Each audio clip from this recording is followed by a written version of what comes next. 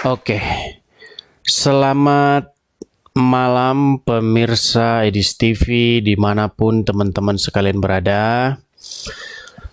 Lagi-lagi jumpa kembali bersama dengan saya dalam acara diskusi ataupun ngobrol-ngobrol santai ataupun bahkan juga berdebat ya seputar lintas agama, yaitu antara Islam dan Kristen.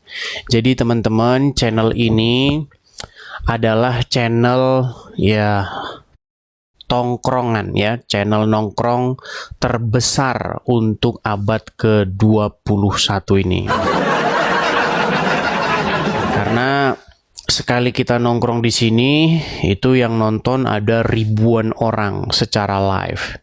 Jadi ibarat kata, kalau ini tuh semacam warung kopi, ini tempat yang sangat asik begitu ya. Untuk kita sekedar melepaskan penat, kita ngobrol-ngobrol santai di sini ya. Kalau ini diumpamakan lapu tuak, nah ini lapu tuak yang paling seru.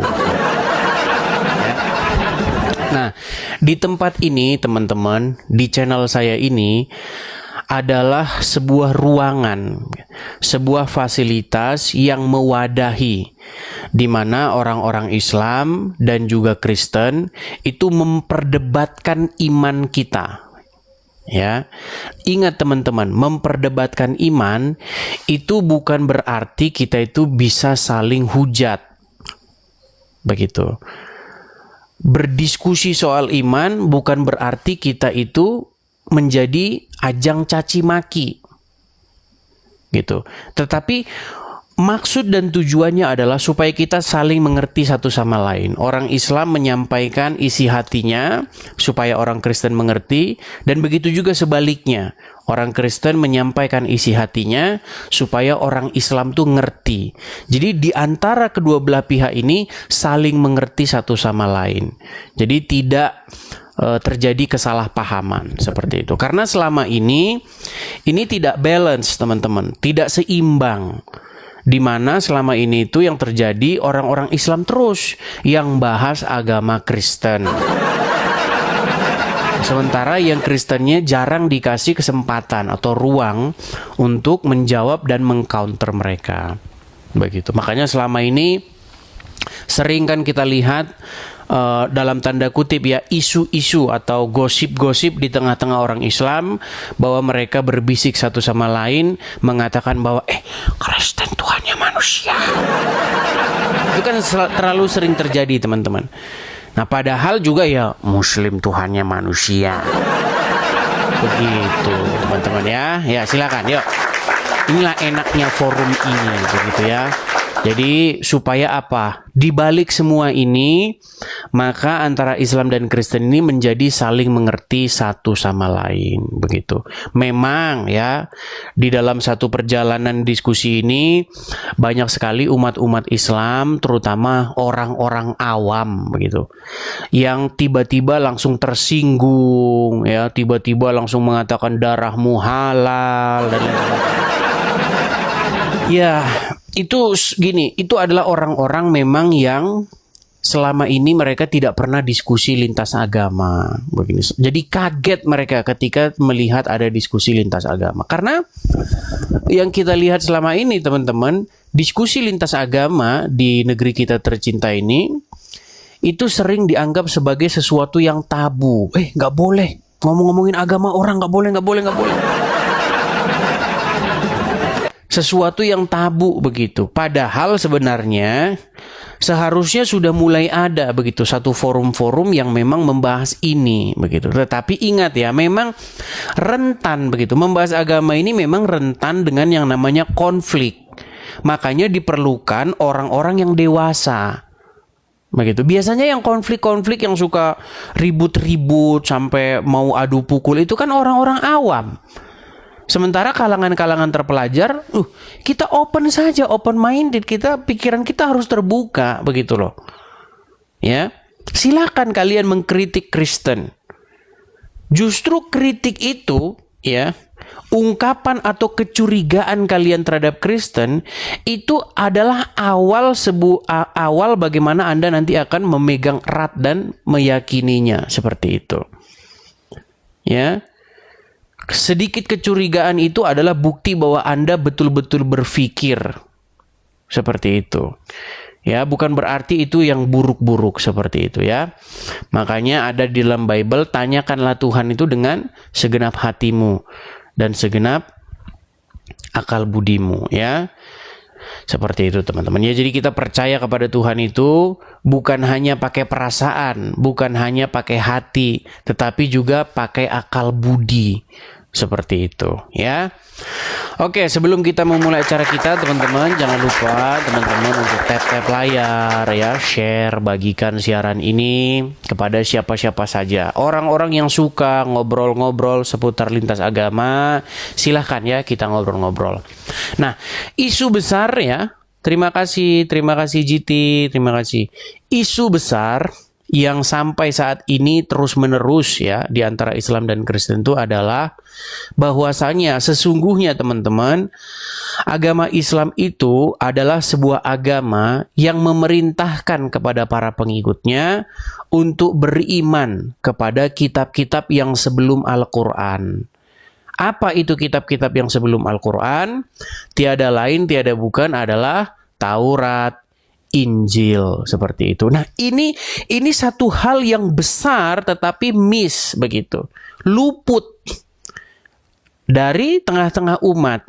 Nah, ini yang harus kita mulai kita sosialisasikan. Kita beritakan ini kepada umat-umat muslim.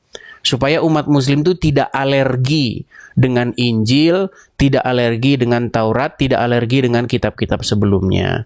Karena Al-Quran justru malah mengatakan bahwa di dalam kitab-kitab tersebut terdapat petunjuk dan kebenaran. Ya, walaupun banyak muslim, banyak ustadz-ustadz yang alergi dengan kitab-kitab sebelumnya, tetap kita terus suarakan ini ya, supaya mereka mempercayainya seperti itu ya. Yuk, kita buka diskusi ini menjadi diskusi yang baik, saling mengerti satu sama lain ya.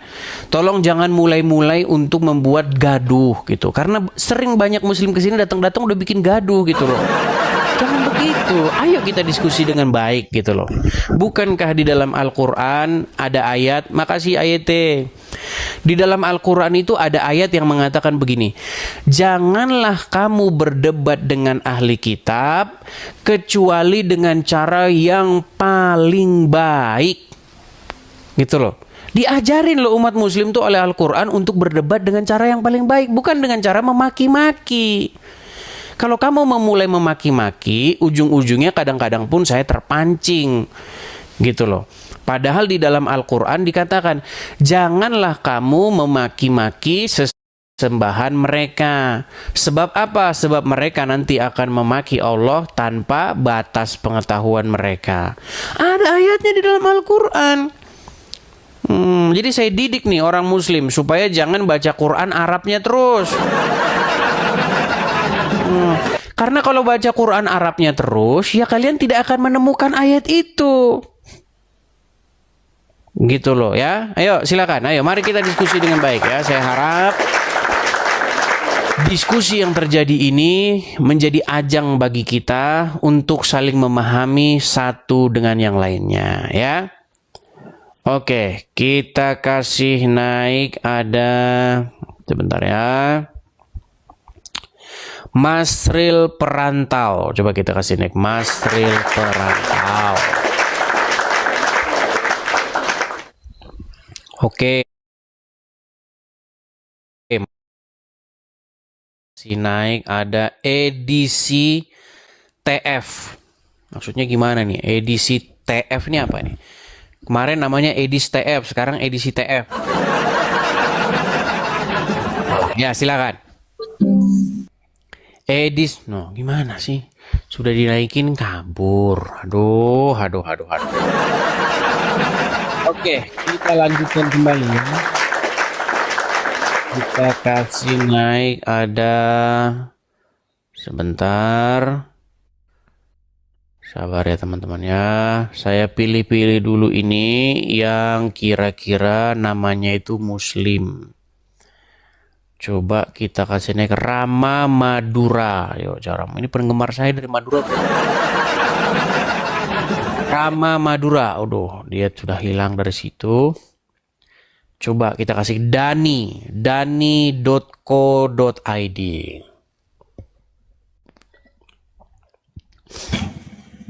Oke, dani.co.id. Selamat malam, saudara Dani. Saudara Dani, selamat malam. Nah, kabur-kaburan lah. Ya, teman-teman sekalian, sebenarnya ya, ini sebenarnya. Kenapa teman-teman banyak melihat orang-orang muslim yang datang ke sini itu mengalami frustrasi? Karena begini, karena statement saya itu memang sesungguhnya tidak bisa dibantah oleh seorang Islam manapun.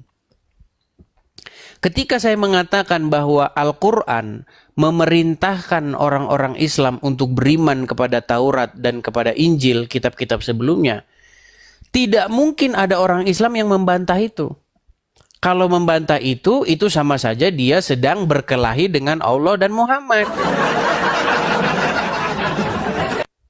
Iya. Makanya mereka naik ke sini itu tidak bisa membantah dan hanya menunjukkan keputusasaan, kefrustrasian dengan mengatakan, "Kapan kau pulang ke Indonesia?" Loh, bagaimana kita ini? Ya? Ini ada orang ngajak PKPK. Siapa ini? Aduh. Shalom Bang Edis TV. Halo Bang. Apa kabar Bang? Kabar baik Bang. Kristen Bang? Aku Katolik. Katolik. Abang kenapa Bang? Abang sakit? Ya, aku lumpuh Bang Edis. Oh, gimana jalan ceritanya Bang? Kok bisa lumpuh Bang? Itu dulu awal ceritanya gara-gara kecelakaan Bang Edis. Naik motor. Kecelakaan naik motor. Oh, kena apanya Bang? Kok bisa lumpuh Aku Bang? sama teman aku. Awalnya tabrakan motor sama motor. Pas jatuh kelindas mobil Bang Edis. Yang kelindes apanya Bang? Ini aku patah leher dan tulang ekor Bang Edis. Udah berapa tahun Bang? Udah 2 tahun aku gak bisa jalan gini, lumpuh, cuma terbaring. Udah 2 tahun ya. Iya. Oke lah Bang, terus semangat ya Bang ya. Terus berjuang ya Bang ya. Jangan patah semangat ya Bang ya. Hari-hari aku sama nenek suka nonton Bang Edis loh di TikTok. Oh iya. Iyalah, semoga menghibur ya Bang ya. Iya, ini nenek aku. Nek nenek Edis TV, Nek. Oh, mereka pada kenal dengan saya ternyata teman-teman. Iya, kami kenal loh. Halo Bu. Kenal Iya. sama segala paucang. Dadah. Oke, ya sudah ya Bang ya. Kalau begitu ya Bang ya. Iya. Oke, terima kasih Bang. Selamat malam Bang. Saya turunkan ya Bang ya. Malam juga. Oke. Ya teman-teman sekalian, kadang-kadang begini ya teman-teman ya. Kadang-kadang kita ini harus mensyukuri apa yang ada sama kita. Karena kadang-kadang ya, ini apa ya? Aduh, saya jadi berkhotbah nanti kalau begini. Saya malasnya itu begitu. Saya tuh kadang-kadang nggak mau berkhotbah teman-teman. Maksud saya begini teman-teman. Banyak orang yang nasibnya itu tidak sebaik kita begitu.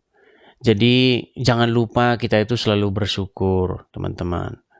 Karena apa? Karena belum tentu nasib orang itu bisa seperti kita. Banyak orang di luaran sana ya seperti abang tadi ya, mohon maaf ya, tuh mengalami nasib yang ya seperti itu. Kadang-kadang di saat-saat seperti itulah teman-teman ya seperti itu ya teman-teman ya. Nah, yang ini juga menjadi satu permasalahan atau satu pertanyaan besar di dalam hidup saya. Jangan kalian pikir walaupun saya tuh sering berdebat dengan orang-orang Islam seputar iman, tetapi kalian mengira saya ini tidak punya pertanyaan terbesar dalam hidup saya. Saya juga punya. Begitu. Yang menjadi pertanyaan terbesar ya, kenapa seorang Kristen gitu, seorang Kristen ketika dia memiliki iman, tetapi dia berseru-seru kepada Tuhan untuk mengharap kesembuhan, tetapi sampai sekarang tidak ada kesembuhan yang terjadi. Kenapa? Itu kadang-kadang juga membuat pertanyaan besar seperti itu. Kenapa udah berdoa, udah puasa, udah segala macam, nggak sembuh-sembuh juga. Seperti itu. Karena banyak, ini pengalaman saya. Saya dulu itu sekitar tahun-tahun 2017-an kurang lebih lah ya. Saya itu menjadi orang yang skeptis. Begitu. Menjadi orang yang skeptis dalam pengertian mempertanyakan begitu. Karena saya banyak bertemu dengan orang-orang seperti itu. Orang yang sudah berdoa puluhan tahun lamanya nggak ada jawaban. Dia sudah menyerahkan seluruh ininya lah, imannya kepada Tuhan. Tetapi tidak ada jawaban. Akhirnya apa? Akhirnya orang tersebut kecewa dan menganggap apa yang diimani selama ini itu hanya omong kosong. Itu sampai sekarang masih menjadi pertanyaan dalam hidup saya loh. Jadi ya jangan berpikir bahwa segala sesuatu ini mudah kita pahami, begitu teman-teman ya. Apalagi di dalam iman kita ini juga, kita juga mengalami hal-hal yang seperti itu, teman-teman ya. Oke, kita lanjutkan kembali ya. Oke, kita kasih naik ada Valin. Coba kita kasih naik. Valin.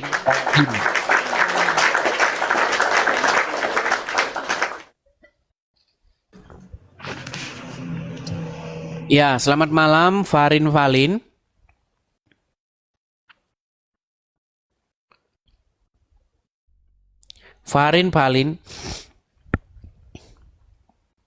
Oke, baiklah ya, kita turunkan. Udah kita kasih naik tapi dia malah lari, nggak tahu gimana. Kita kasih naik ada Suherman. Suherman kayaknya kemarin pernah naik nih, Suherman. Cuman saya lupa ini. Ya, selamat malam Suherman. Silakan Suherman, nyalakan kamera Suherman. Bantu Bang, bantu. Oke, saya bantu dari sini ya Suherman ya. Ya, silakan Suherman.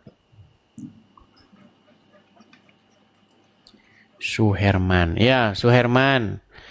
Saya lupa ingat ini. Sebelumnya kayaknya pernah naik ke sini, ya. Iya, Bangku pernah. Gimana Bangku? Sehat, kabarnya sehat? Puji Tuhan sehat. Gimana kabar Suherman? Alhamdulillah, berkat doa Bang Edis, kita sama-sama dikasih sehat ya. Kita jumpa lagi. Kemarin saya pernah naik itu nitip pesen. Bagaimana caranya ini kita biar bisa mendapatkan kerukunan, jangan saling menyalahkan. Itu pesan terakhir. Iya, sebenarnya begitu. Tetapi kadang-kadang begini, Bang. Kadang-kadang apa yang kita harapkan itu tidak sesuai dengan apa yang diajarkan oleh suatu agama tersebut kepada kita. Jangan sambil merokok, Pak Suherman. Nanti kena ban. Oh, nggak boleh. Siap. Ketika misalnya cita-cita kita ini kan cita-cita bermasyarakat, bernegara, berbangsa dan bernegara ini kan supaya kita ini kan saling rukun, guyup satu sama lain. Betul. Nah, yang menjadi masalah, apakah Islam itu mengajarkan yang demikian? Jadi sebetulnya di dalam Islam ya, Islam nih. Di dalam Islam sendiri Bang Edis, mohon izin Bang Edis ya. Itu kan kalau di dalam apa namanya ya organisasi lah, bahasa organisasi itu kan banyak. ada Islam Sunnah wal Jamaah, ada Muhammadiyah, ada LDII, banyak macamnya. Makanya pemahamannya itu semua beda-beda. Itu dalam Islam sendiri, Bang Edis. Makanya Tetapi makanya begini. patokan saya itu. Tetapi Makanya begini. patokan saya. Oh ya, silakan, Gimana, Bang? silakan. Jadi patokan saya begini, sehingga saya berpikir begini, jangankan dengan Buddha, Hindu, Kristen ataupun Katolik ya. Jadi sesama Islam aja yang saya tahu itu pandangannya sama-sama beda gitu kan. Makanya Kalau pandangan dari situ beda, kalau pandangan beda itu juga terjadi di dalam agama-agama lain loh. sama. Contoh misalnya Hindu di Bali dengan Hindu di India itu juga berbeda. Jangan merokok Pak Herman. Waduh, Pak Herman masih merokok saja, ini kena peringatan. Oke, saya turunkan dulu. Aduh. Begini, teman-teman. Yang saya katakan, kalau kita mau jujur, makanya dalam debat tuh kan saya sering mengatakan kita jujur yuk. Jujur kepada diri sendiri supaya kita itu mengenal kebenaran. Perbedaan itu terjadi juga di dalam internal Kristen. Ya, ada Kristen yang golongan ini berbeda. Tetapi itu tidak saling mengatakan satu sama lain itu yang satu masuk neraka. Enggak sampai seperti itu. Ya, kalaupun ada seperti itu mungkin yang sudah terlalu ekstrim. Begitu. Cuman yang terjadi di dalam internal Islam itu Muhammad berkata bahwa Islam itu akan terpecah menjadi 73 golongan. Nah, Muhammad berkata hanya satu yang masuk surga, yang 72 masuk neraka. Kata Muhammad. Begitu. Jadi Muhammad yang membenarkan itu bahwa hanya satu golongan Islam itu yang benar, yang lainnya kata Muhammad masuk neraka. Begitu. Ya. Oke, kita lanjutkan kembali. Ada M. Ayub Robert. Muhammad Ayub Robert. Ya, silakan Muhammad Ayub Robert. Silakan Bang Muhammad Ayub Robert, nyalakan kamera. Oh, Mr. Ayub Robert. Iya Bang Edis. Silakan Bang Ayub. Muslim atau Kristen Bang? Kristen Bang. Kristen, silakan Bang, nyalakan kamera. Jangan dikipas Bang, mikrofonnya Bang.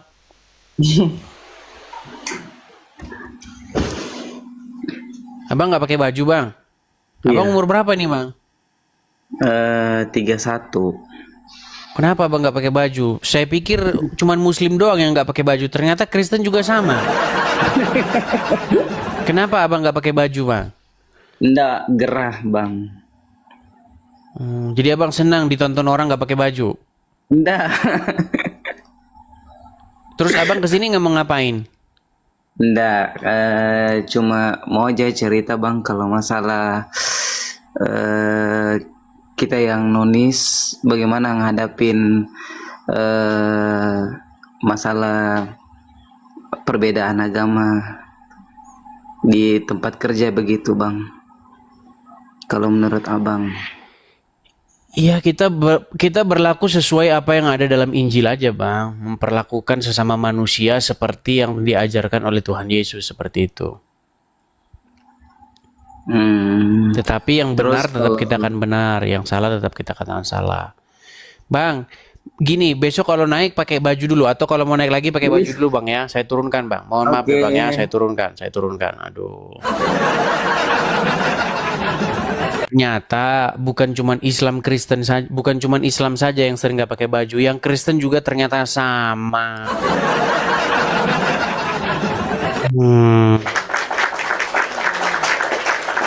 Oke, kita kasih naik, ada Rian Badut.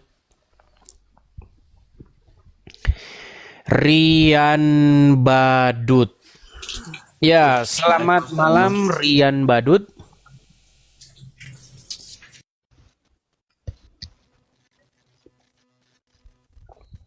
Ini Rian Badut sering mengajukan permintaan naik nih, Rian Badut. Saya mau tanya dulu nih Bang Rian Badut, Muslim atau Kristen Bang? Muslim Bang, 100% Bang. Oke, silakan Bang. Apa yang mau Abang sampaikan? Mari kita diskusi. Silakan. Ini Bang, saya mau tanya Bang. Agak sedikit ditempel Bang, Bang, jangan biar suaranya agak kedengeran. Nah, segitu ya. Oke. Iya. Silakan. Saya tahu Bang, apa yang Bang Edi sampaikan itu betul, tapi mungkin narasinya yang terlalu vulgar gitu Bang. Apa yang saya sampaikan itu betul, tetapi narasinya terlalu vulgar. Oke, sedikit Bang sebelum saya lanjutkan. Apa ya? Vulgar itu kita bicara artinya terlalu terbuka, terlalu belak-belakan gitu maksudnya. Terlalu belak-belakan ya. Begini Bang, saya itu pernah berdiskusi dengan Islam dalam tempo yang kurang lebih ya sekitar 5 tahunan dengan bahasa-bahasa yang tidak vulgar, bahasa-bahasa yang tidak secara langsung. Tetapi kendalanya adalah umat muslim tidak mengerti. Jadi serba salah Bang. Kalau saya pakai bahasa-bahasa yang tidak terlalu mencolok, lawan bicara saya tidak mengerti. Kalau saya menggunakan bahasa-bahasa yang langsung, straight to the point begitu, nanti disalahkan juga sama Anda. Ini metode apa yang harus saya tempuh? Silakan. Ya maksudnya ya saya juga tahu kalau banyak juga oknum-oknum dari agama kami yang menyampaikannya halnya sama. Cuman kan kalau saya ngelihat panjenengan, maaf saya dari Jawa ya, saya lihat panjenengan itu terlalu apa ya, misal kayak minum pipis ontai memang betul, tapi dibikin lagu apa segala macam kan kesannya kayak ya memang kalau kami sebagai orang Islam memang tersinggung, tapi memang betul adanya seperti itu. Bang, ini sebenarnya kita harus membedakan mana AI, mana lagu karangan saya. Ada lagu karangan saya. Lagu karangan saya itu misalnya seperti ini. Ada setan, ada setan, ada setan di hidungmu. Setan tidur di hidung muslim karena hadis bilang demikian. Coba Bang saya tanya. Di dalam lagu tersebut saya mengungkapkan yang benar atau fitnah? Betul. Betul. Lalu yang membuat umat muslim menjadi tersinggung apa kira-kira? Ya, tapi nggak usah bikin pengakuan ya, nggak usah bikin pengakuan. Saya tahu apa yang Dilan sampaikan betul, tapi kan yang bikin pengakuan.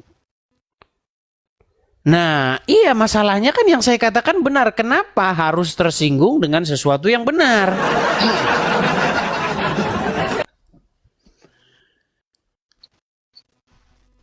Coba. Iya. Juga. Nah, itu dia, Bang. Makanya kan ini yang menjadi menjadikan satu harapan di dalam hati saya. Supaya apa? Supaya umat muslim terbiasa begitu loh dengan counter atau serangan balik yang diberikan oleh kami. Dulu Bang, sebelum saya berdebat, ada lagu yang sangat terkenal. Saya pernah suatu saat saya capek sekali ya di negeri Konoha, saya capek, saya berhentilah di satu tempat. Tempat itu tempat ini kayu. Apa namanya? Kayu. Ngapain kayu itu yang begini-begini tuh? Oh, ya ngalusin kayu. Iya, ngalus-ngalusin kayu itu. Nah, saya berhenti, mobil saya parkir di situ, saya berhenti tidur karena capek saya di situ kan. Tiba-tiba terdengar musiknya mereka. Deng dong deng dong deng dong deng dong deng dong deng. Apa lo tega punya Tuhan yang nempel di salib? Tereng teng. Apa lo bener-bener tega punya Tuhan yang palanya kayak gaplek? Saya dengar lagu itu. Ini lagu apa ya? Saya cari-cari di YouTube. Oh, ada lagunya. Dan itu udah lama Bang lagu itu. Itu pasti karangannya Islam, orang-orang Islam. Terus sekarang muncul lagu, ya kan, yang mengatakan ada setan di hidung orang Islam gitu. Sebenarnya ini kan respon balik Bang, jawaban atas lagu-lagunya orang-orang Islam tersebut. Nah pertanyaannya kenapa harus ngamuk? Kenapa? Wah, kamu menista agama, kamu yang awas kamu. Sebenarnya gini bang, Ya silakan. Kristen mau bahas Islam, Islam mau bahas Kristen, intinya itu tergantung keimanan dalam hati bang. Panjenengan mau membuka keburukan tentang Islam itu tergantung orangnya. Kalau seandainya imannya kuat, nggak bakal pindah agama lain. Begitu juga sebaliknya, sebenarnya gitu. Tapi gini, Anda seorang Muslim, Anda merasa iman Anda kuat nggak? Insya Allah kuat. Oke, berarti Anda setuju bahwa setan-setan itu memang tidur di lubang hidung kalian?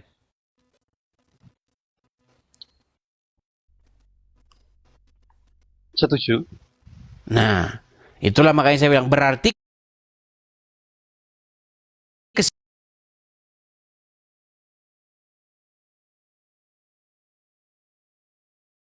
Servis hotel kan? Tahu bang. nah, Saya ngikutin apa ya di TV itu udah narasinya selalu begitu. Saya udah paham apa yang mau. iya, tapi yang saya maksudkan begini. ngomongin. Tapi yang saya maksudkan begini, apakah Anda percaya begitu? Setan itu tidur di lubang hidung, terus setan ngencingin telinga Anda, terus setan itu kalau makan sambil berdiri. Kira-kira menurut Anda nih Bang, bukankah itu terkesan seperti dongeng-dongeng anak-anak yang baru ngempet itu ngedot gitu loh, pakai empeng. Kira-kira menurut Anda kira-kira ajaran itu menurut Anda untuk anak-anak, dongeng-dongeng anak-anak atau untuk orang dewasa menurut Anda nih? Untuk semuanya bang, sebenarnya gini bang, apa namanya? Itu kan bagian kecil dari agama bang. Agama itu kan luas. Itu sebagian kecil dari agama. Jadi Iya, tetapi kalau kita berbicara hal-hal yang kecil saja kita tidak beres, bagaimana kita mau berbicara hal-hal yang besar? Contoh nih, betul nggak dalam agama Islam kalau makan atau minum tidak boleh pakai tangan kiri? emang iya. Itu kalau menurut saya sih adab bang, adab aja. Nah, kalau adab, Makanya- saya setuju-setuju aja bang. Kita orang Timur, kita orang Asia. Kok kita orang Asia ini kan menganggap tangan kiri ini kan tangan yang tidak sopan, betul? Iya betul. Nah, tetapi Islam tidak mengatakan bahwa makan dan minum pakai tangan kiri itu adalah supaya adab. Tidak. Alasannya kata Muhammad karena setan itu makan dan minum pakai tangan kanan. Pertanyaan saya, apakah Anda percaya itu bahwa setan itu makan dan minum pakai tangan kiri? Nah, sekarang jawabnya saya kasih pertanyaan juga bang. Silakan. Saya kan juga nggak tahu nih bang. Nabi Muhammad juga ngomongnya kan ke sahabat, bukan ke kita langsung. Sama kayak Bang Edis. Bang Edis juga nggak melihat langsung kan Yesus naik ke langit. Itu kan juga cerita. Sama seperti itu sebenarnya. Iya, kita ini kan Itu sama-sama keimanan bukan kita, saksi Bang. mata, Bang. Gitu. Kita ini bukan saksi mata. Kita Nah, ini makanya adalah itu. orang-orang yang mendengar. Berarti kan semuanya dongeng kan? Berarti semuanya Oh, dia dongeng kan? bilang, ya tidak, Bang. Kalau dongeng ngapain saya jadi Kristen? Lah, Ini nampaknya ada sedikit Nah, terus? kesalahpahaman. Coba gini, Bang ya. Apakah kita pernah bertemu dengan Bung Karno? belum. Tetapi yang kita dengar adalah keterangan dari para saksi mata tentang Bung Karno, betul? Bahwasanya Bung Karno begini, bahwasanya Bung Karno begitu, betul? Dan Nah. itu belum tentu fix real kejadian nyatanya. loh, Bang. Nah, inilah yang kita Nah. gunakan. Makanya kita menggunakan metode-metode kajian-kajian ilmiah untuk mencari tahu kebenarannya. Sekarang saja Bung Karno saja yang belum genap 100 tahun yang lalu, kita sudah ada dua versi nih. Satu mengatakan lahirnya di Blitar. Betul? Satu mengatakan lahirnya di mana? Gak tahu. Nah, ini Anda tidak tahu sejarah. ini. Cerita, bukan cerita orang. Untuk lahirnya Di mana, Bang? Bung Karno saja Blitar- sudah Blitar ada sama dua. mana? Nah, untuk lahirnya Bung Karno saja, itu ada dua versi. Satu mengatakan lahir di Blitar. Yang satu mengatakan lahir di Surabaya. Nah, makanya kita Surabaya, Jepara. kita menggunakan metode-metode ilmiah, Bang. Jadi begini, biasanya orang-orang zaman dulu itu menyebut satu tempat itu tempat yang dikenal orang. Contoh. Kalau misalnya orang-orang Batak kalau merantau, dia cuma ngomong dari mana? Dari Medan begitu. Padahal sebenarnya bukan dari Medan. Karena apa? Karena Medan itu yang diketahui orang. Kalau dia bilang dari Bali, orang nggak tahu. Mana itu Bali katanya? Saya tahunya Bali. Gitu kan? Maksud saya begini. Biasanya kita gunakan kajian-kajian pendekatan-pendekatan ilmiah. Nah, kalau menurut saya pribadi ya, sebagai orang yang sangat senang menggali sejarah. Kenapa kok ada orang ngomong bahwa Bung Karno lahir di Surabaya? Kenapa tidak ngomong di Blitar? Karena orang nggak tahu Blitar, taunya Jawa Timur itu ya Surabaya. Kemungkinan seperti itu. Makanya kalau saya pribadi ditanya, saya lebih percaya Bung Karno lahirnya di Blitar. Begitu. Walaupun ada sumber yang mengatakan di Surabaya. Itu kajian-kajian metode-metode ilmiah yang kita gunakan untuk mengkaji sejarah. Nah, begitu juga dalam hal agama ini. Nah, kita kan sama-sama nggak ketemu. Saya nggak ketemu dengan Tuhan Yesus, Anda nggak ketemu dengan Muhammad, Tuhan Anda. Nah, yang menjadi problem adalah apakah Anda percaya bahwa apa yang dikatakan oleh Muhammad itu adalah sungguh-sungguh kenyataan bahwa setan, kata Muhammad, makan dan minum pakai tangan kiri. Coba Anda jujur dari hati Anda yang paling dalam nih. Sebagai orang yang sudah dewasa, sudah besar, sudah berpikir, bisa berpikir realistis. Menurut Anda setan makan pakai tangan kiri? Minum pakai tangan kiri? Kayaknya nggak tahu juga. Nah, bingung kan? Nggak tahu juga. Terus Setan makan pakai tangan kiri, Mas. Terus setan tidur di lubang hidung kalian. Terus katanya kalau orang telat bangun, katanya karena setan kencing di telinga kalian. Kok Muhammad tahu banget sih dengan kelakuan setan? Ini menjadi pertanyaan, makanya yang menjadi pertanyaan saya nih, ini challenge kepada saudara-saudara yang muslim nih. Apakah Muhammad memang betul ngomong begitu atau orang memfitnah Muhammad ngomong begitu? Menurut Anda gimana nih sebagai seorang muslim? Kalau itu saya kurang paham, Bang, karena itu kan cuman saya juga dengar dari cerita guru ngaji, dari guru di sekolah gitu, Bang. Gini, Bang, ini pertanyaan terakhir, Bang. Saya mau turun. Saya pengen tanya dua hal sama jenengan. Kan Bang Edis nganggap Yesus itu Tuhan, ya kan? Sejak kapan dia menjadi Tuhan dan apa alasan-alasannya? Silakan. Sejak seseorang tersebut menerimanya sebagai Tuhan, Bang. Bagi Anda Yesus bukan Tuhan karena Anda tidak menerima dia sebagai Tuhan. Anda bertanya kepada saya, sejak kapan Yesus menjadi Tuhan? Sejak seseorang menjadikannya sebagai Tuhan. Kalau Anda tidak menjadikan Yesus sebagai Tuhan, ya sampai sekarang Yesus bukan Tuhan Anda. Makanya saya katakan Tuhan Anda ya Muhammad. Terus alasannya apa, Bang? Alasannya, kenapa kita harus menjadikan Yesus sebagai Tuhan? Supaya kita memperoleh apa yang diperoleh oleh Tuhan Yesus. Kenapa kita harus menjadikan Yesus sebagai Tuhan dan Juru Selamat kita? Supaya kita juga memperoleh hidup yang kekal, seperti apa yang diperoleh oleh Tuhan Yesus. Kalau Anda menjadikan Muhammad sebagai Tuhan dan Juru Selamat Anda akan memperoleh apa yang diperoleh Muhammad. Seperti itu. Begini, banyak orang yang sampai sekarang tuh belum paham apa sih maksudnya menjadikan Tuhan itu. Tuhan itu kan Tuhan, Bang, sama itu. Tuhan dan Tuhan itu kata yang sama. Di dalam bahasa Arab, itu kata-kata itu adalah Rabb. Di dalam bahasa Yunani kata Kurios, dalam bahasa Ibrani Adonai. Menjadikan Tuhan atau Tuhannya, sama itu. Artinya menjadikan dia yang mengendalikan hidup kita. Dengan supaya apa? Supaya kita memperoleh sesuatu. Kan Muslim kan ingin seperti Muhammad, ingin mencontoh Muhammad supaya apa? Supaya masuk surga. Tetapi kenyataannya Muhammad nggak masuk surga. Muhammad ada di kuburan faktanya. Coba kita bicara secara fakta. Muhammad kan di kuburan. Dia tidak menerima hidup yang kekal itu. Dia tidak mengalahkan maut. Sementara Tuhan Yesus mengalahkan kematian itu.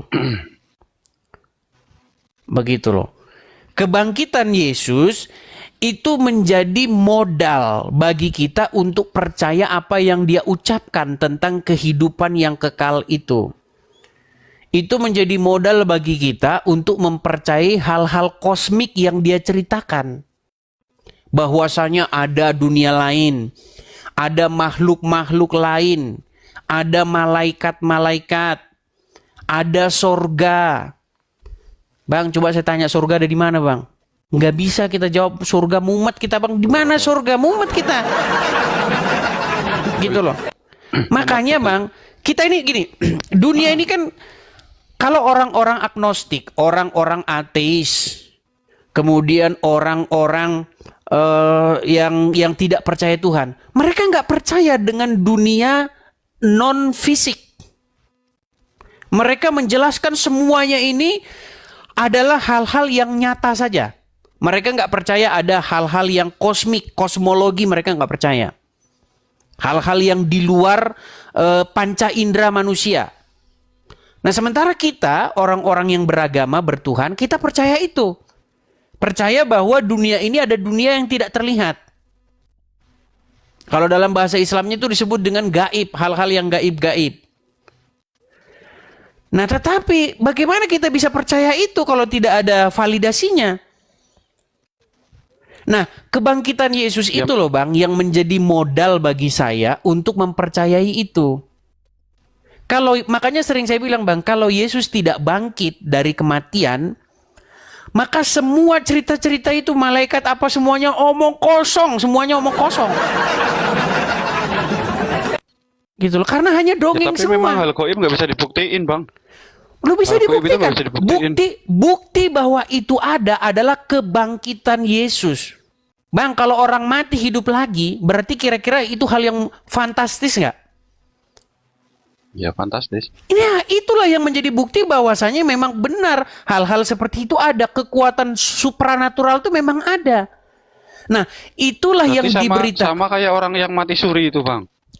Beda, Bang, mati suri. Mati suri, nih saya jelaskan ya, Itu dalam kan juga kajian-kajian bangkit dari ilmiah. kematian. Oke, nih. Dalam kajian-kajian ilmiah yang disebut dengan mati suri itu kan bahasa kita, Bang. Sebenarnya itu belum mati. Masih tersisa listrik ya, atau aliran-aliran yang menghidupkan tubuh manusia itu ada di dalamnya. Seperti itu. Ini kalau kita bicara ilmu-ilmu forensik dan lain sebagainya. Bagaimana seseorang itu dikatakan mati? Ketika jantung tidak berdetak dan otak tidak berfungsi dalam sekian waktu. Begitu, harus ada detiknya seperti itu. Nah, orang-orang mati suri itu mereka belum betul-betul mati, Bang. Masih ada aliran-aliran listrik di otaknya seperti itu, yang membawa dia mengalami pengalaman ini tertentu. Karena kalau Anda pernah lihat di acara Kick Andy, saya pernah nonton di acara Kick Andy. Pernah, saya juga pernah itu. Oke, itu dia mewawancarai berbagai macam orang yang pernah ngalamin seperti itu. Mati suri. Iya. Menurut medis katanya, kata dokter, ini udah mati gitu, tapi hidup lagi.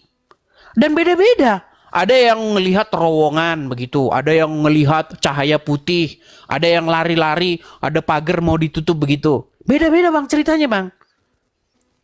Jadi itu nggak bisa kita jadikan patokan bahwa itu kita ngambil satu kesimpulan, cerita yang satu sama lain beda-beda kok. Terus ada satu perempuan tuh pakai jilbab yang diwawancarain terakhir tuh, tapi saya yakin itu bohong dia itu.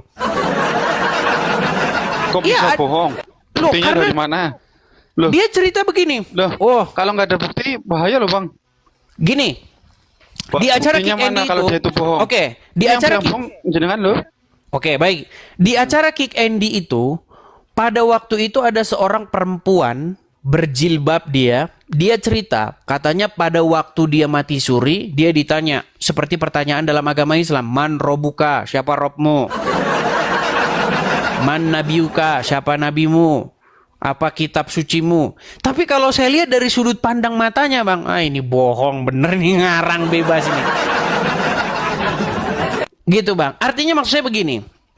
Ya kita ini kan punya apa namanya ya, hikmat sendiri kan di dalam diri kita untuk melihat sorotan mata seseorang, cara orang ngomong, orang ini bohong atau enggak.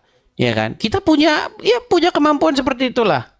Dan nggak cuma banyak orang memiliki kemampuan seperti itu. Iya, itu alasan kenapa kalau ngelef pakai kacamata biar nggak kelihatan bohong ya. Nah, Ya iya, kan situ bukan sendiri yang begitu, ngomong. Bang. Ya iya, tadi katanya kalau bohong dari sorot mata udah kelihatan. Berarti selama Iya. ini bohong biar nggak kelihatan pakai kacamata tidak gitu begini. Saya pakai kacamata Lah, itu gimana? ada alasannya. Begitu, ada alasannya. Kenapa? Begini loh. Karena nanti takutnya foto saya itu digunakan orang untuk hal-hal yang tidak baik. Gitu loh. Tahu. Jadi foto ini kan gambar seseorang itu bisa ditangkap, kemudian diputar pakai AI jadi sesuatu, bisa. Dan untuk nipu-nipu orang, saya nggak mau begitu. Saya tidak mau nanti foto saya diambil, kemudian dibikin AI, terus buat nipu orang. Banyak loh Bang, contohnya Baim Wong AI. Dia nipu orang, banyak orang. Tapi Baim Wong yang bukan sungguhan. Kalau Baim Wong sungguhan nggak mungkin dia begitu. Banyak duitnya kok. Tapi Baim Wong yang AI itu sudah banyak memakan korban. Ronaldo AI juga ada. Nah saya tidak mau seperti itu. Begitu. Makanya saya itu punya alasan-alasan tertentu yang nggak perlu banyak saya ceritakan sama orang. Gitu. Tapi intinya gitu Bang ya, kita kembali ke tema awal tadi. Yang saya maksudkan tuh begini. Kita ini kan udah di tahun abad ke-21, 2025. Sudah waktunya kita mengkaji semuanya ini. Begitu loh. Ya kan? Kita telisi, kita telusuri. Ya kan? Apakah yang kita imani selama ini tuh memang sungguh-sungguh benar? Bagaimana mungkin? Pasti Anda dan saya tidak mau mengimani sesuatu yang salah, betul nggak? Betul. Makanya kita harus berani nih mengambil action, mengambil tindakan. Masa iya sih setan makan pakai tangan kiri, minum pakai tangan kanan? Terus kalau orang telat bangun pagi katanya karena telinganya dikencingi setan. Coba ayo, berani nggak umat muslim itu mengambil satu tindakan untuk mempertanyakan agama Islam ini memang Muhammad yang ngomong atau orang memfitnah Muhammad mengomong begitu, membawa-bawa nama Muhammad. Nah maka dari itu Bang, itu kan ya termasuk dari cerita-cerita orang toh. Jadi kita juga nggak bisa membuktikan kalau itu betul apa enggak gitu. Untuk intinya Anda kita pribadi, sering coba. mengimani Tapi aja. oke, ini Gini aja, Anda Bang, gini, aja, Anda Bang, pribadi nih. Bentar. Nah, silakan. Santai, bentar. Jadi intinya gini aja Bang, agama saya, agama Bang Edis, kita saling menguatkan iman aja, gitu aja Bang. Berarti ya. Anda ini salah masuk kamar ini Anda ini. Turun dulu Bang, gitu Bang. Berarti dalam hati Anda sendiri gimana? Apanya? Apakah Anda meyakini itu? Yakin? Berarti Anda yakin bahwa setan makan pakai tangan kiri, minum pakai tangan kiri? Yakin? Yakin Kalau dia. itu bilang Muhammad ya. Oke lah, selamat malam Bang Rian Badut. Oke, selamat malam. Ya, itulah ya. Intinya kita hanya memacu adrenalin, kita memacu supaya orang tuh berpikir, begitu ya. Kita udah ada sebuah survei yang mengatakan bahwa bangsa kita Indonesia itu katanya, saya juga nggak tahu. IQ-nya katanya 78. Katanya di ambang batas antara seseorang yang ber-IQ rendah dan orang yang mengalami gangguan mental. Ini nampaknya Bapak Presiden harus memberi makan gizi gratis yang enak-enak ini, teman-teman.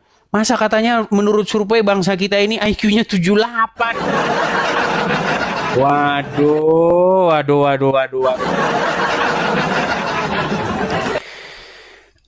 Jadi teman-teman sekalian,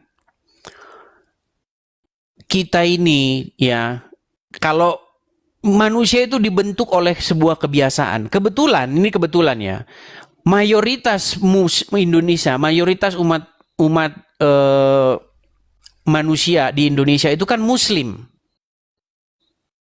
Nah, saya melihat ada satu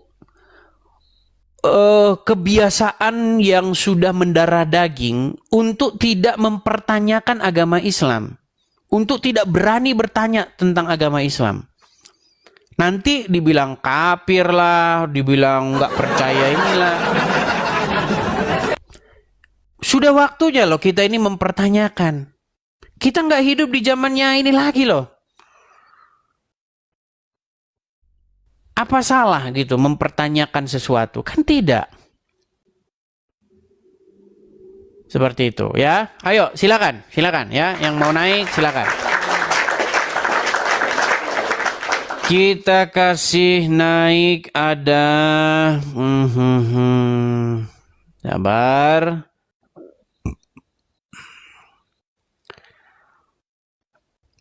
Kita kasih naik ada.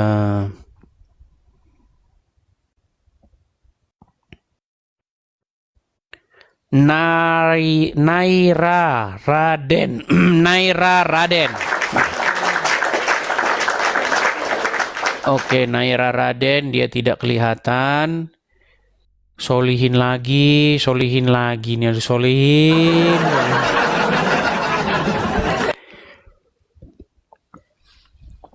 Silakan solihin, nyalakan kamera Anda.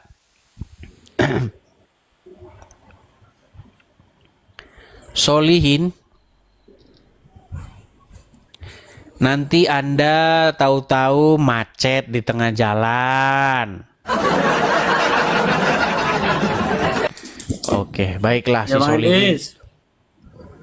Ya, silakan nyalakan kamera Solihin. Ya, silakan Selamat malam, Bang Solihin. Edis. Selamat malam. Apa yang mau Anda sampaikan? Silakan. Oke, Bang Edis. Saya ingin konfirmasi aja, Bang Edis. Apa itu? Bagaimana tanggapan Bang Edis ya Tentang apa? tentang Yesus? Silakan. Apa yang mau Anda tanyakan? Jadi aliran Kristen yang saya ketahui ada, benar nggak menurut Bang Edis ini? Yang satu, dia mempercayai bahwasannya Yesus itu. Coba agak Bang Solihin. Biar kalau ngomong itu nggak begini gitu loh. Nah, gini loh. Kalau ngomong tuh kayak begini gitu ya. Silakan. Ya. Ya.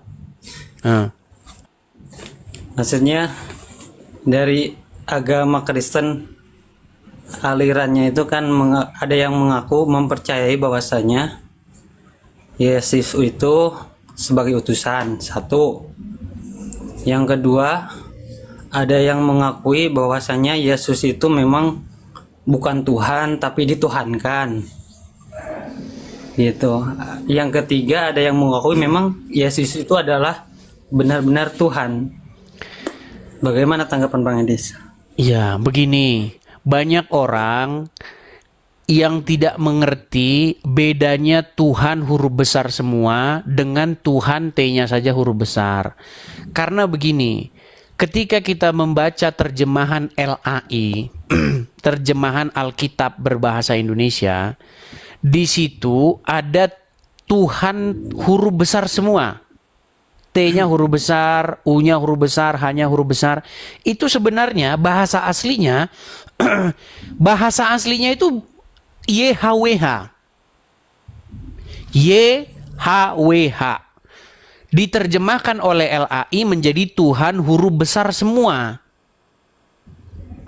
Kenapa diterjemahkan menjadi Tuhan huruf besar semua?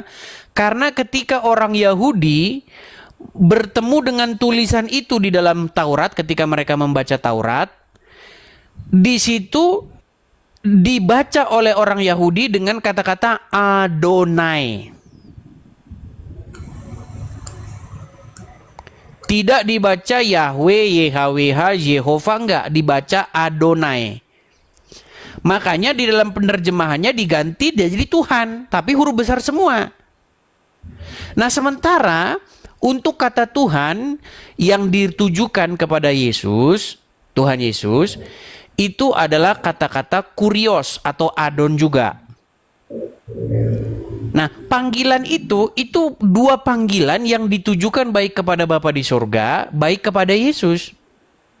Sama-sama dipanggil Adon juga, sama-sama dipanggil Tuan atau Tuhan. Jadi ibarat kata kalau Abraham itu orang Jawa, misalnya Abraham itu orang Jawa, Abraham itu pasti memanggil Bapa di surga dengan panggilan Gusti. Memanggil Yesus pun Abraham dengan panggilan Gusti, sama-sama dipanggil Tuhan atau Tuan, sama. Artinya sesuatu yang dianggap Abraham berdaulat atasnya.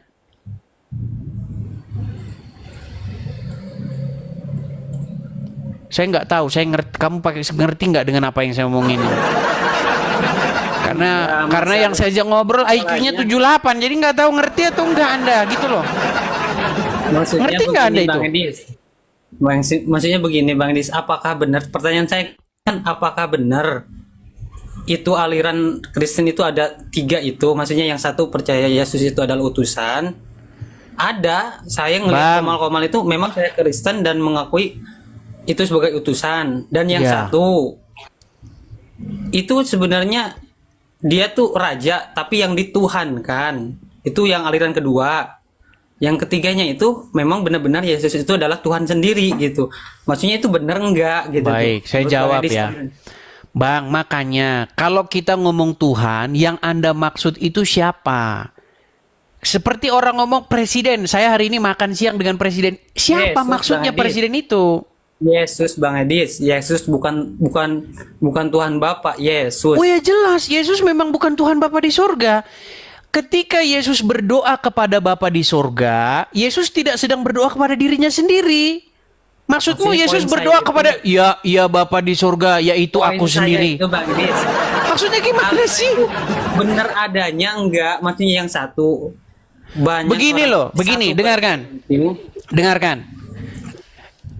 Yesus itu adalah Tuhan, Bapa di surga adalah Tuhan juga, Gusti juga, Rob juga. Tetapi Yesus bukan Bapa di surga. Paham Bang Edis, pertanyaan saya bukan itu. Maksudnya Yesus aja nih, Yesus nih. Aliran Kristen satu mengakui Yesus itu adalah utusan Bapa. Yang kedua, aliran Kristen kedua, Yesus itu adalah raja yang dituhankan.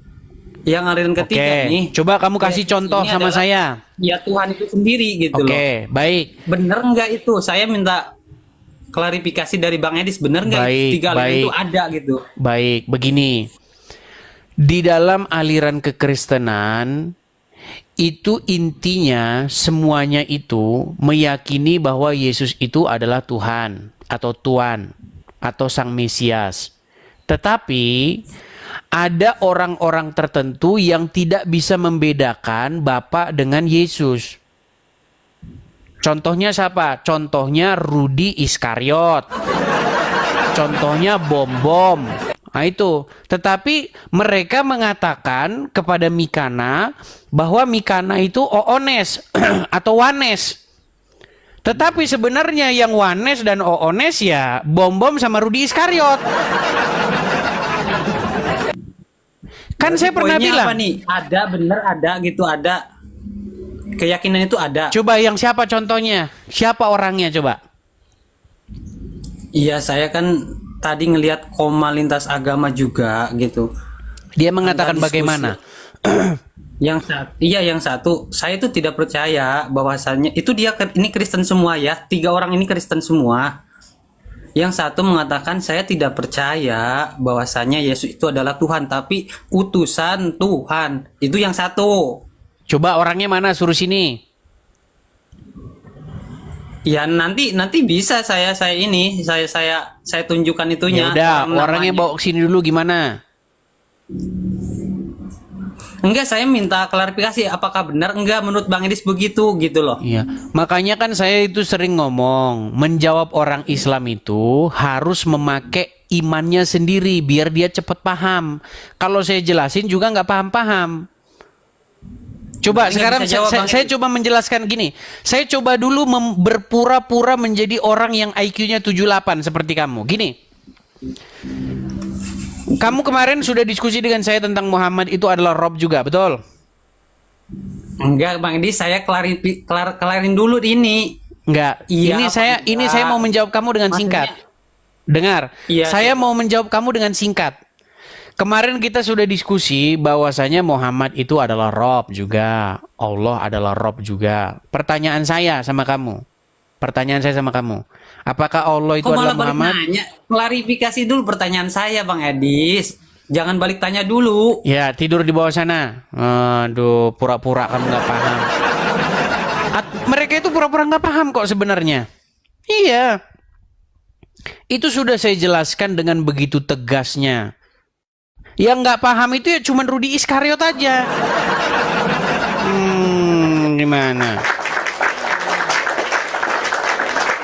Jadi teman-teman, ada sebuah video. Video ini kan sudah video lama. Pada waktu itu, saya lagi berdebat atau lagi ngobrol-ngobrol dengan Endang Sunandar. Yang sekarang pakai nama palsu Yonatan Nandar.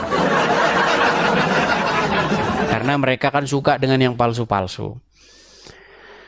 Pada waktu itu, terjadi sebuah perdebatan atau diskusi yang panjang yang tentunya sudah dipotong-potong dengan Nandar.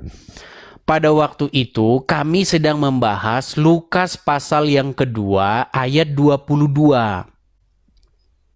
Di dalam Lukas yang kedua ayat 22 dikatakan begini, pada waktu umur 8 hari maka Yesus disunatkan dan diserah. Saya bacakan saja ya. Biar teman-teman ini paham. Tapi memang banyak orang mengambil video yang sepenggal ini untuk mengatakan, oh itu Yesus tidak percaya Yesus Tuhan katanya. Tapi ya orang yang nggak paham juga bilang, Bang, apa benar abang mengatakan Yesus bukan Tuhan? Nih, saya bukakan sama kalian. Ya. Biar kalian paham maksud saya. Lukas pasal yang kedua, ayat yang ke-22. Biar kamu paham.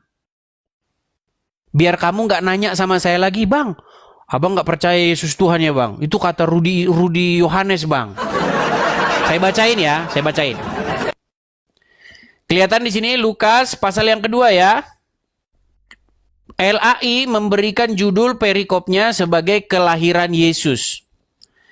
Kita lari ke 21 dulu nih.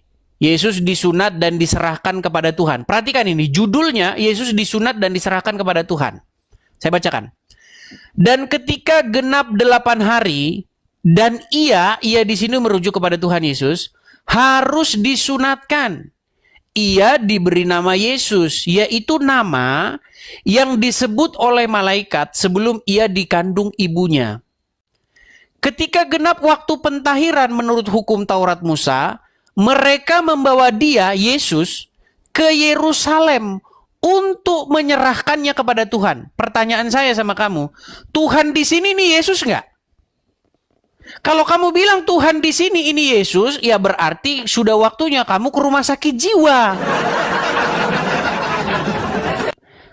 Di sini Yesus berumur 8 hari, dibawa ke Yerusalem, diserahkan kepada Tuhan. Nah, Tuhan yang ini itu bukan merujuk kepada Yesus, merujuk kepada YHWH.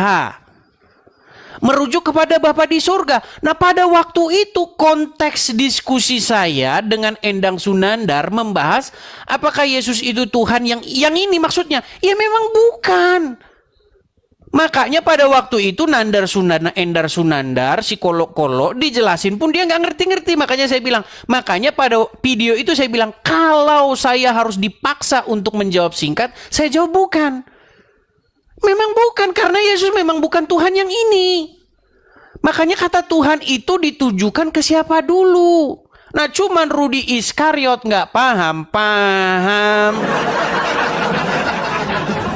Dan itu sudah saya jelaskan berkali-kali, bahkan saya sudah bosan menjelaskan itu. Makanya ketika ada orang tanya itu sama saya udah malas menjawabnya. Kan udah saya jelasin itu berkali-kali. Begitu loh. Makanya saya juga berpikir, apa memang benar IQ rakyat Indonesia ini 78? Gitu loh. Jadi teman-teman, dalam diskusi itu kita nggak boleh menghilangkan yang namanya konteks. Konteks. Begitu teman-teman. Makanya di dalam video tersebut sudah banyak yang dipotong-potong. Yang masih tersisa di dalam video tersebut adalah pernyataan Yesus kepada orang-orang, aku dan Bapa adalah satu. Nah, karena pernyataan aku dan Bapa adalah satu, berarti maksudnya Yesus itu Bapa itu sendiri. Yang enggak juga. Begitu loh.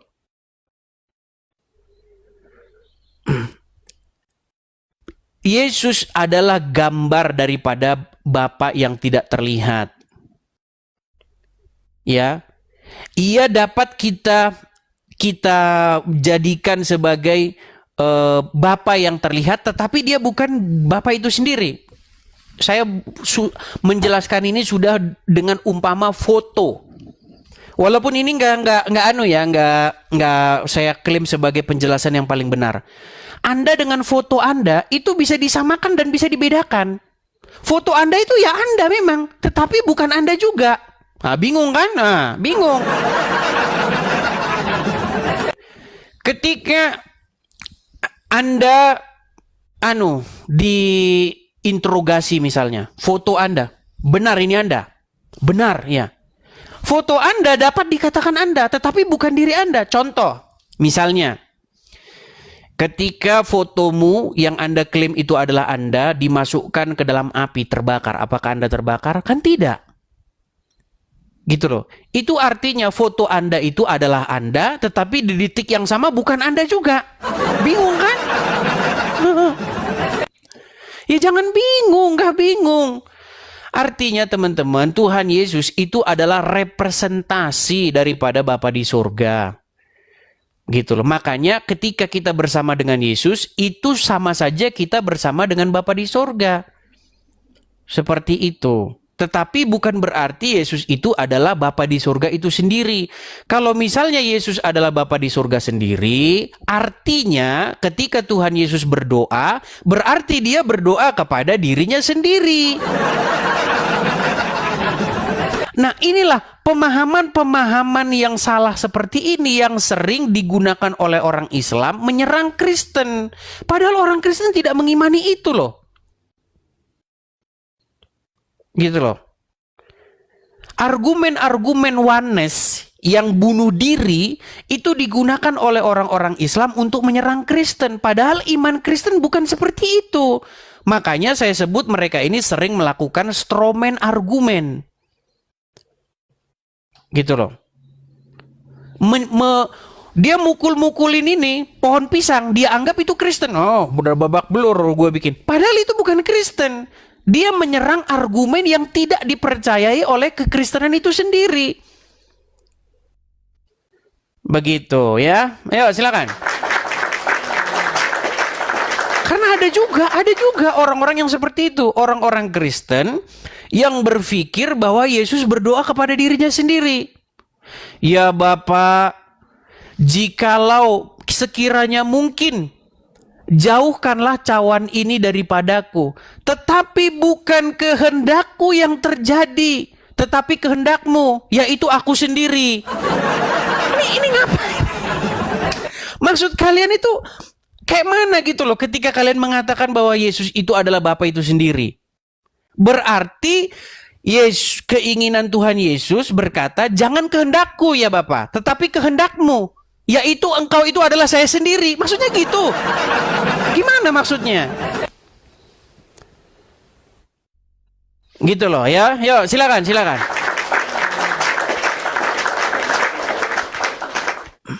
Tetapi saya tidak menolak mengatakan bahwa Tuhan Yesus adalah gambar daripada penyertaan Immanuel, maksudnya Bapa Allah yang beserta kita, begitu. Ketika kita bersama Tuhan Yesus, disitulah Allah Bapa beserta kita. Begitu ya teman-teman ya. Saya jadi berkhotbah. Saya sebenarnya nggak suka berkhotbah teman-teman. Saya tuh sukanya menyadarkan tetangga sebelah, gitu. Menyadarkan tetangga sebelah bahwasanya dia berada di dalam kesesatan yang nyata. Itu yang saya suka. Ketika mereka sudah sadar dengan kesesatan yang nyata itu, barulah mereka kembali kepada jalan yang benar. Begitu ya. Ayo silakan.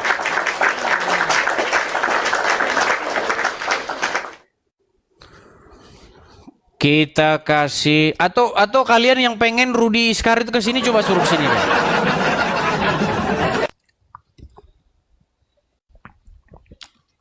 Kan terus menerus tuh dibilang sama dia, "Yes, Edis tidak percaya Yesus Tuhan." Kawan.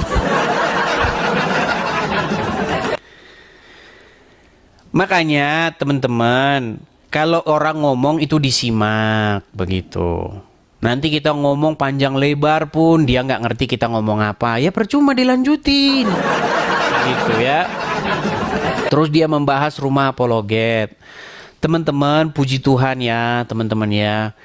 Walaupun ya saya itu nggak cerita keseluruhan tentang kalian apa yang saya alami di sini. Kalian tidak ngerti keadaan hati kecil saya di sini bagaimana. Ya kan? Kenikmatan yang di hidup ini apa sih? Kumpul dengan teman-teman, ngobrol-ngobrol, bercengkrama dengan teman-teman, dengan keluarga, kan itu. Ya kan? Kalian pilih di mana? Pilih di Amazon ya, dengan segala fasilitas, atau kumpul dengan teman-teman dengan apa adanya? Saya pilih kumpul dengan teman-teman apa adanya. Saya kalau mau cerita beban hidup saya di sini nanti kalian nangis. Cuman saya nggak mau cerita itu, teman-teman. Yang saya ceritakan yang bagus-bagus saja. Begitu. Nah, teman-teman sekalian, untuk rumah apologet ya, itu kita tinggal menyelesaikan kekurangannya. Begitu teman-teman. Jadi kalau teman-teman mau tahu masalah rumah apologet, atau lagi ada orang-orang yang dalam tanda kutip yang musyrik, syirik ya dengan rumah apologet, jelaskan saja, rumahnya sudah ada gitu. Kalau mau main saja gitu. Gini loh, kan ada orang-orang di sini. Jangan salah loh. Komunitas Indo di sini jumlahnya itu saya baca menurut data ada 100.000 orang. Banyak loh teman-teman, 100.000. Banyak sekali. Jadi bagaimana mungkin saya mau tipu-tipu dengan kalian bahwa rumahnya memang sudah ada. Rumahnya itu memang sudah ada. Tinggal kita open house. Kita mau open house nih. Nanti akan saya undang orang-orang yang memang pantas diundang, begitu loh. Masa maksudmu saya mau ngelabuin mereka semua? Gimana nih? Aduh. Bulan depan teman-teman, bulan Desember kita sudah masuk rumahnya. Begitu. Dan tempatnya itu nanti teman-teman yang di sini itu menjadi saksi. Begitu. Ya teman-teman, nantikan saja, nanti sekitar bulan Desember kita open house, nanti kita adakan syukuran ya, kita adakan kebaktian singkat masuk rumah seperti itu. Nah, nanti teman-teman yang datang itu sendiri yang menjelaskan kepada orang-orang yang selalu mencurigai saya begitu. Oh, tidak ada satu bata pun katanya. Ya ampun. Musyrik banget begitu ya. Nah, teman-teman, yang kekurangan kita itu memang masih kurang sekitar ya 10%-an, kurang lebih 9%-an lah. Kurang lebih seperti itu. Karena tentu saja itu ada biaya-biaya tambahan, begitu kan? Ada biaya surat menyurat, ya, biaya notaris dan lain sebagainya, begitu. Ini saja tambahannya udah 2.500-an tambahannya. 2.500 itu kalau dikali 16.000 sekian, sekarang kan 16.000 sekian, itu sudah 40-an juta. Begitu. $2.500 itu tambahannya. Besok tambah-tambahan lagi, kan kita masih bener-benerin, ada yang ini, ada yang rusak, kita bersihin segala macam, kita cat segala macam, itu pasti ada tambahan-tambahannya. Makanya kita nggak bisa ngomong angka-angka pasti ya, kurang lebih sekitar 9% lagi begitu. Nah, kepada teman-teman pemirsa Edis TV dimanapun teman-teman berada, kalau teman-teman ingin mensupport boleh, nggak mensupport juga boleh gitu. Bahkan kalian musyrik, kejang, syirik boleh. Boleh. Ya kan? Karena memang bawaan orang itu teman-teman nggak dalam hal manapun. Biasanya kalau tetangga beli kulkas baru, beli barang baru, biasanya banyak bisik-bisik tetangga. Memang itu memang penyakit manusia. Memang begitu penyakit manusia. Misal Anda hidup di suatu tempat di desa, ya kan? Tiba-tiba tetangga Anda beli motor baru, beli kulkas baru. Wah, itu pasti tetangga sudah